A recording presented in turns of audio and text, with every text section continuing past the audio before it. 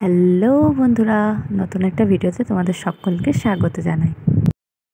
দেখো ছেলের কাণ্ড, ঠাম্মির কেকটাতেও ভাগ বসিয়েছে, আমার খাবারগুলোও ভাগ বসায়, আবার ঠাম্মিরটাতেও ভাগ বসিয়েছে।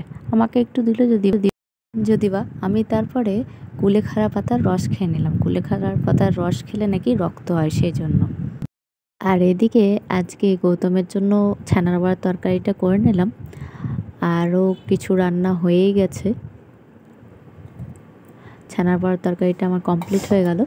আর এদিকে আমের টক কালকে ছিল, আর মা করেছে লাল ডাঁটা আলু কুমড়ো দিয়ে একটা তরকারি, আর আলু পোস্ত, আর ডাল বাটা আছে, সেটাকে গরম গরম বড়া করে খাবো।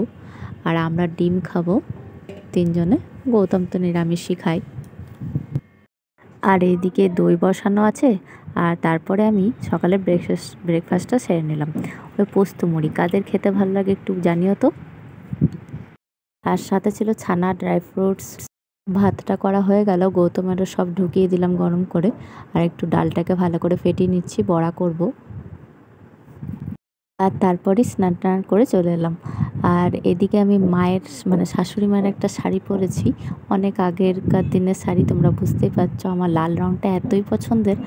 আর আমার মায়ের ব্লাউজ পরেছি। আর জানো, আজকে একটা বেস্ট কমপ্লিমেন্ট তোমাদের শোনাচ্ছি, লজ্জাও করছে বলতে।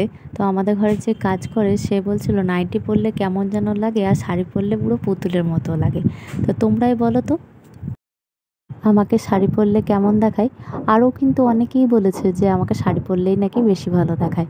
তো এখন আমি একটু বসে বসে লিখে নিচ্ছিলাম, মনের ভাবটাকে বের করবার চেষ্টা করছিলাম কি ভিডিও বানানো যায় ইউটিউবে ছাড়বো যেটা, আর ইনস্টাগ্রামে রিল করছিলাম। হ্যাঁ, তোমরা আমার পাশে থেকো, সাথে থেকো। এরপরে আমরা খাওয়া দাওয়া করবো, তার আগে ডাবের শ্বাস নিয়ে চলছিল মারামারি। এবার আমরা খাওয়া দাওয়া করে নেবো, তার আগে ডিমটা ভেজে নিচ্ছি, বড়াগুলো ভেজে নিচ্ছি। গৌতম চলে এসছে খেতে। চলো আজকের মতন টাটা।